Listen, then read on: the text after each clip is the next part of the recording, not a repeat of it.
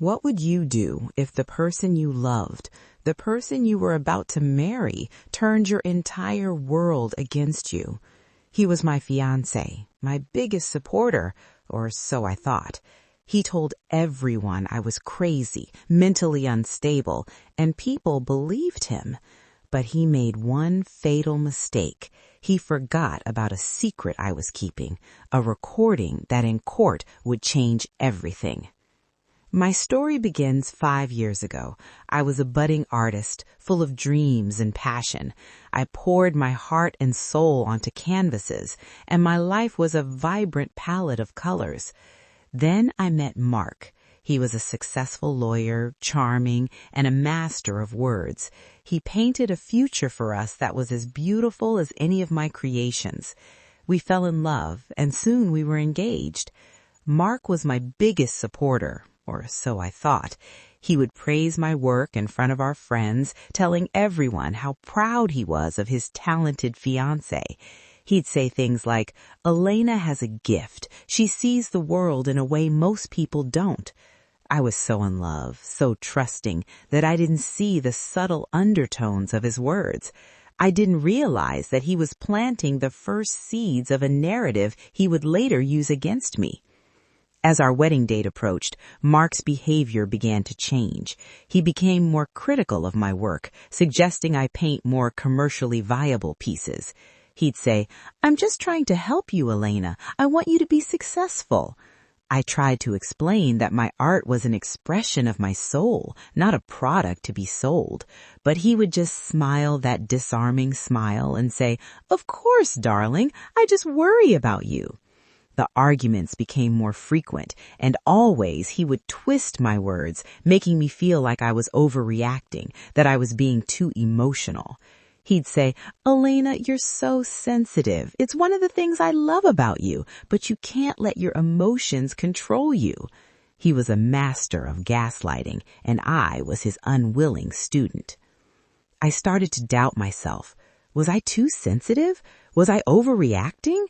I found myself apologizing for things weren't my fault, just to keep the peace. The vibrant colors of my world began to fade, replaced by shades of gray. I stopped painting altogether. The joy was gone, replaced by a constant anxiety. The breaking point came a month before our wedding. I found a series of emails between Mark and another woman. The messages were explicit, leaving no doubt that he was having an affair. When I confronted him, he didn't deny it. Instead, he turned it around on me. "Elena, you've been so distant lately," he said, his voice dripping with false concern. "I was lonely. I needed someone to talk to, someone who understood the pressures I'm under." He made it seem like his infidelity was my fault, a consequence of my emotional instability. That was the moment the fog began to clear. I saw him for who he really was, a manipulative narcissist who had been slowly chipping away at my self-worth for his own gain. I called off the wedding and asked him to move out. I thought that would be the end of it. I was wrong. Mark didn't just leave. He launched a full-scale smear campaign against me. He told our mutual friends that I had broken off the engagement because of my mental health issues. He said I was paranoid, delusional, and prone to violent outbursts. He painted himself as the victim, the long-suffering fiancé who had tried his best to help his troubled partner. The whispers followed me everywhere. Friends I had known for years started to avoid me. I'd see them in the grocery store and they'd quickly turn another aisle. The invitations to social gatherings stopped. I was isolated, alone with the echoes of Mark's lies. The worst part was, some of his accusations were based on twisted truths. I had been seeing a therapist to deal with the anxiety Mark had caused me. In his version of the story, my therapy was proof of my instability. I had once thrown a vase of flowers against the wall in a fit of frustration after a particularly nasty argument with him. He used that as evidence of my violent tendencies. I felt like I was drowning. The man I had loved and trusted had not only broken my heart, but he was also trying to destroy my reputation and my sanity. I knew I had to fight back, but how could I prove that he was the liar, the manipulator? The answer came from an unexpected source. During one of our therapy sessions, my therapist had suggested I record my conversations with Mark. She said it might help me to see his manipulative tactics more clearly. I had a few recordings on my phone, conversations we had had during the last few weeks of our relationship. I had forgotten all about them, but now they were my only hope. I took the recordings to a lawyer. As we listened to them together, my lawyer's eyes widened. On the recordings, Mark's charming facade crumbled. He was dismissive, condescending, and cruel. He twisted my words, gaslighted me, and at one point even threatened to ruin my career if I ever left him. My lawyer was confident we had a strong case. We filed a lawsuit against Mark for defamation of character. The news of the lawsuit spread like wildfire.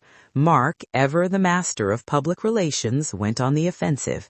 He gave interviews to local news outlets, portraying himself as the heartbroken victim of a mentally unstable woman. He even started a blog where he wrote long, rambling posts about the challenges of loving someone with a personality disorder. The world, it seemed, was on his side. I was a crazy ex-fiancé, and he was the poor man who had tried to save me. Finally, the day of the trial arrived. The courtroom was packed.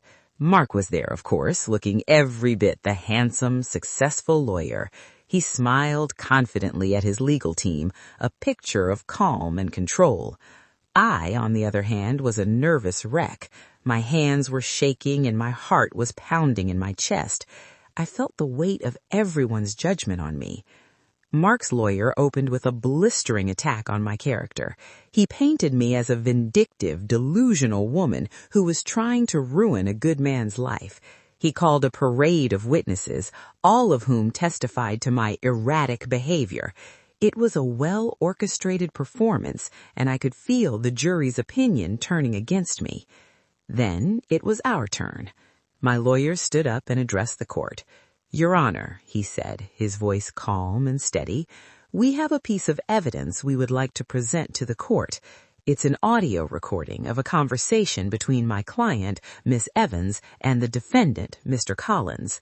A wave of murmurs rippled through the courtroom. Mark's confident smile faltered for a moment. He shot a nervous glance at his lawyer. The courtroom fell silent as the audio began to play. It was a recording of the night I confronted Mark about his affair. My voice was trembling but clear. "Mark, I know about the emails," I said. And then Mark's voice, cold and cruel, filled the room. "You've been snooping, haven't you, you paranoid little bitch?" he sneered. "You're just like your mother, always looking for something to be hysterical about." The audio continued, each word a nail in the coffin of his carefully constructed lies. The jury heard him admit to the affair, not with remorse, but with a chilling lack of empathy. They heard him belittle me, insult me, and threaten me. They heard the man behind the mask, the real Mark Collins. The courtroom was in stunned silence. The jury, who had been looking at me with suspicion and pity, now turned their gaze to Mark. His face was pale, his confident smirk gone, replaced by a pure, unadulterated panic. The audio played for what felt like an eternity. When it finally ended, the silence in the courtroom was deafening. My lawyer let the silence hang in the air for a moment before he spoke. "That," he said, his voice ringing with conviction, "is the real Mark Collins." The rest of the trial was a blur. Mark's witnesses were recalled, and their testimony was re-examined in light of the new evidence. Their stories, once so convincing, now seemed flimsy and rehearsed. Mark himself took the stand, but his testimony was a rambling, incoherent mess. He tried to claim the recording had been doctored, that I had manipulated him, but it was no use. The audio had spoken for itself. The jury's verdict was swift and unanimous. They found Mark guilty of defamation of character and awarded me a substantial sum in damages. But it wasn't about the money. It was about the truth. It was about reclaiming my voice, my sanity, and my life. Walking out of that courtroom was one of the most empowering moments of my life. I had faced my abuser and I had won, but the victory was bittersweet. The scars of Mark's emotional abuse are still there, and I'm still working through the trauma he caused. But I'm healing. I'm painting again, and my world is slowly but surely filling with color once more. I'm sharing my story not for sympathy, but to send a message to anyone out there who might be in a similar situation. You are not crazy. You are not overreacting. You are not alone. Emotional abuse is real, and it is insidious. It can be hard to recognize and even harder to prove, but trust your instincts. If something feels wrong, it probably is. And don't be afraid to ask for help. Talk to a therapist, a friend, a family member. And if you can, document everything. You never know when that one piece of evidence might be the key to your freedom. Stay with us for more stories like this, and don't forget to subscribe to our channel.